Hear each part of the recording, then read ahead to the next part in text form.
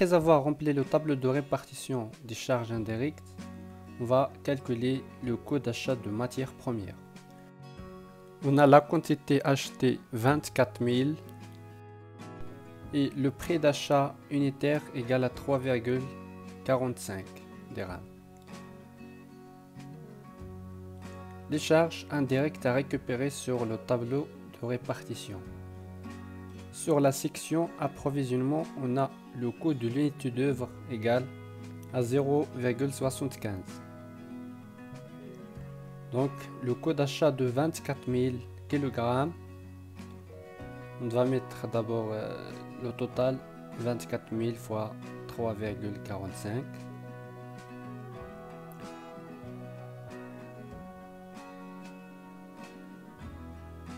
Et 24 000 fois 0,75.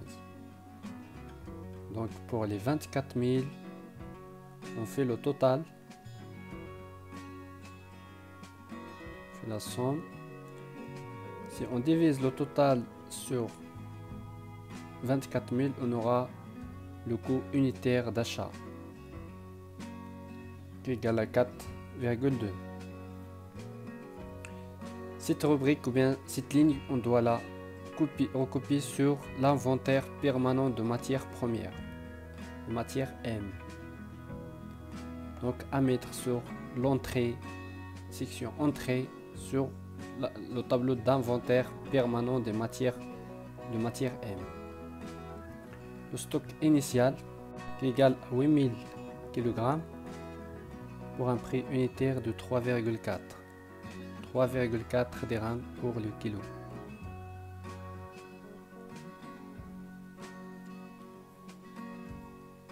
Ensuite, on va mettre la ligne de coût d'achat, la même ligne, 24 000 fois 4,2 fois pour un total de 100 800. On va mettre le total égal 24 000 plus 8 000.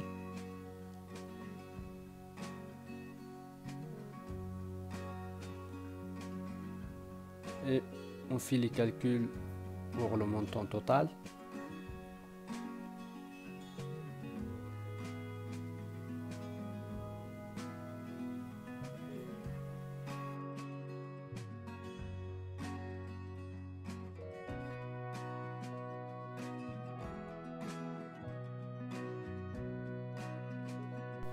La sortie égale aux consommations de matière M.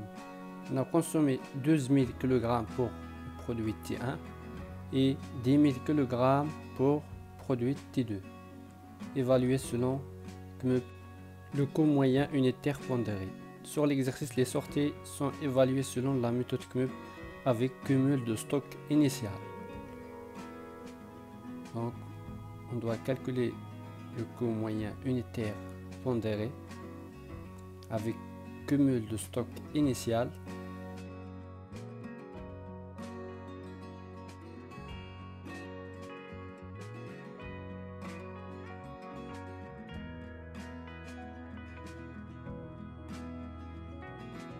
La sortie égale la matière consommée, 12 000 kg pour T1 et 10 000 kg pour T2, donc 12 000 plus 10 000 qui est égal à 22 000 kg.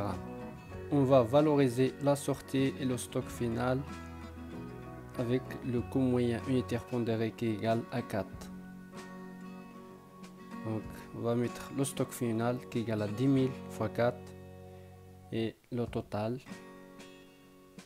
qui est égal à la sortie plus le stock final.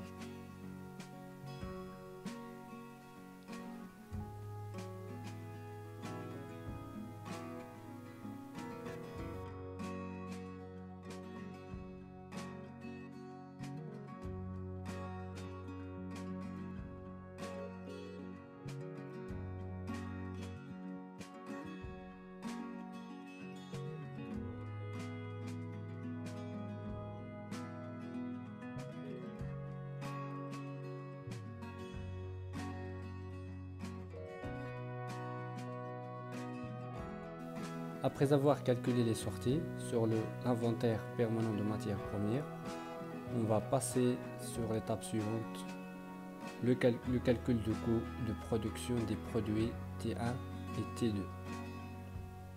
On va utiliser la sortie dans le coût d'achat de matières consommées. La ligne de sortie, on va la mettre sur le coût d'achat de matières consommées. Sur les 22 000, on a 12 000 pour le produit T1 et 10 000 pour le produit T2.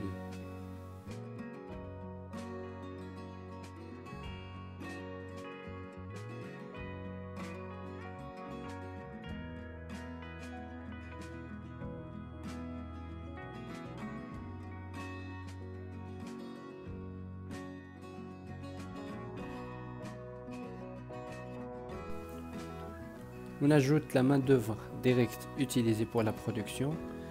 Pour le produit T1, on a utilisé 3150 heures. Et pour le produit T2, on a utilisé 2850 heures. Pour un prix de 32 dirhams pour chaque produit. On ajoute les charges indirectes atelier de production. Puisque la nature de l'unité d'œuvre égale heure de main d'œuvre, on a le coût unitaire de l'unité d'œuvre égale à 28 pour les deux produits, mais 28 pour le produit T1 et 28 pour le produit T2. Et on calcule les totales.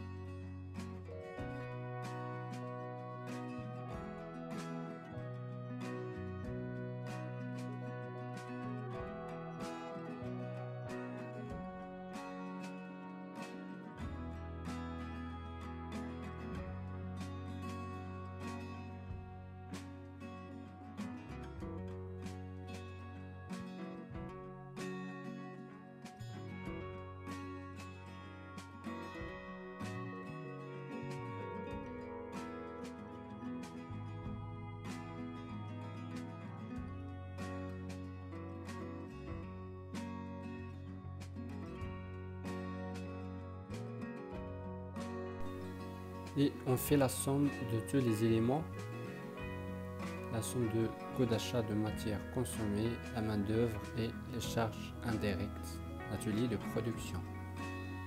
Sur le tableau de répartition, on fait le total et on calcule le coût de production unitaire qui est égal au total divisé sur la quantité produite.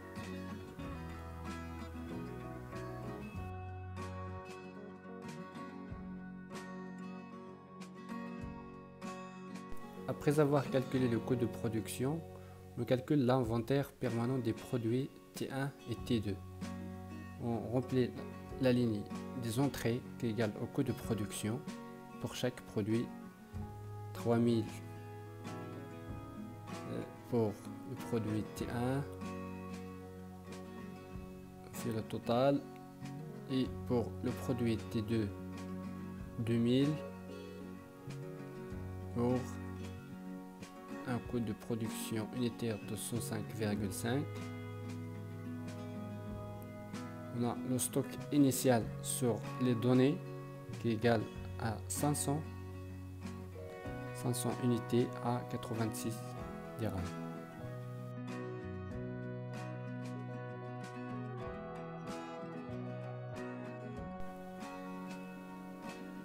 On fait le total de stock initial plus l'entrée pour le produit T1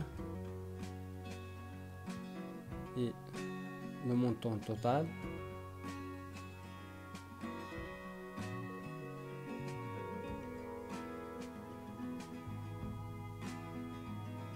Pour la sortie, on va mettre les produits vendus.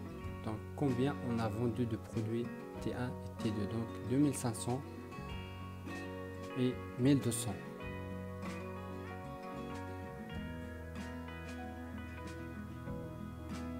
Les sorties vont être valorisées selon la méthode de coût moyen unitaire pondéré.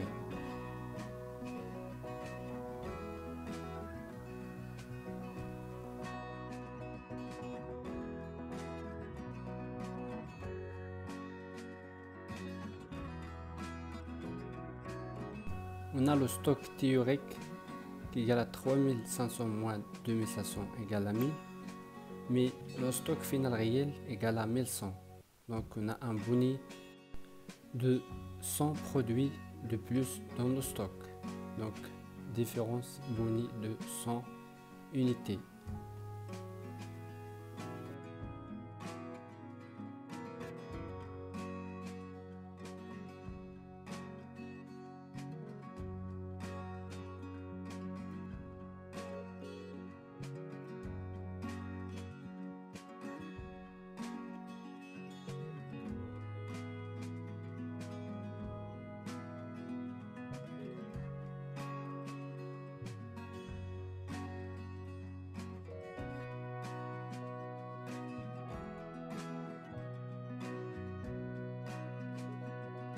Et pour le produit T2, on a le stock théorique 2000 moins 1200 égale à 800, mais le stock final réel égale à 700. Donc il manque 100 unités, ou bien 100 produits. Donc c'est un malais ou bien un malais d'inventaire.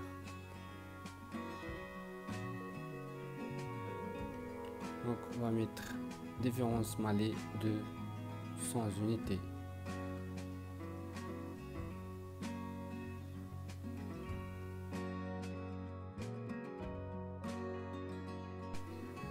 Donc si la valeur de stock réel est supérieure à la valeur comptable ou bien théorique, alors il s'agit d'un bonus d'inventaire. Et si il est inférieur, il s'agit d'un malais d'inventaire.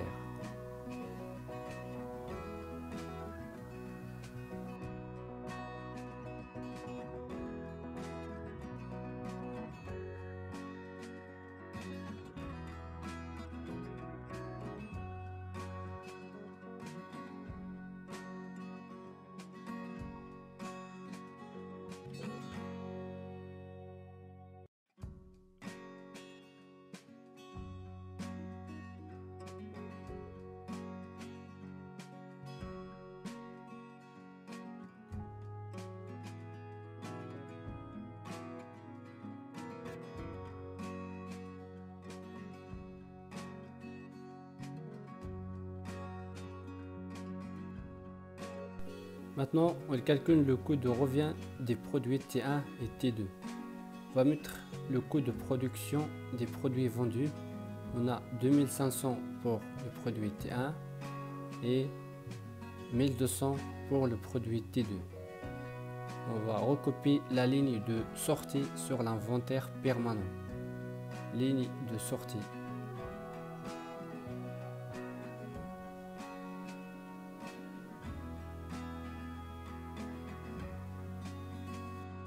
On va ajouter les charges indirectes de distribution à récupérer sur le tableau de répartition des charges indirectes.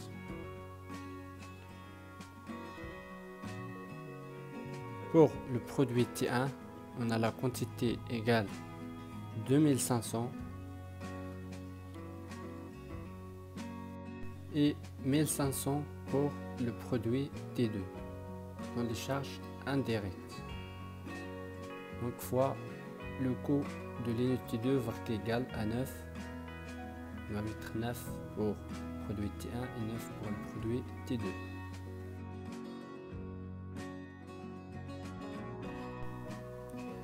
Pour la quantité 2500, le produit T1 et la quantité vendue de 1200 pour le produit T2. 1200.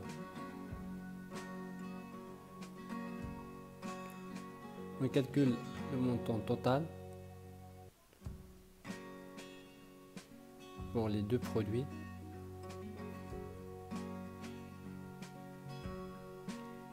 Et on divise le montant total sur la quantité pour obtenir le coût de revient unitaire. Le coût de revient pour chaque produit.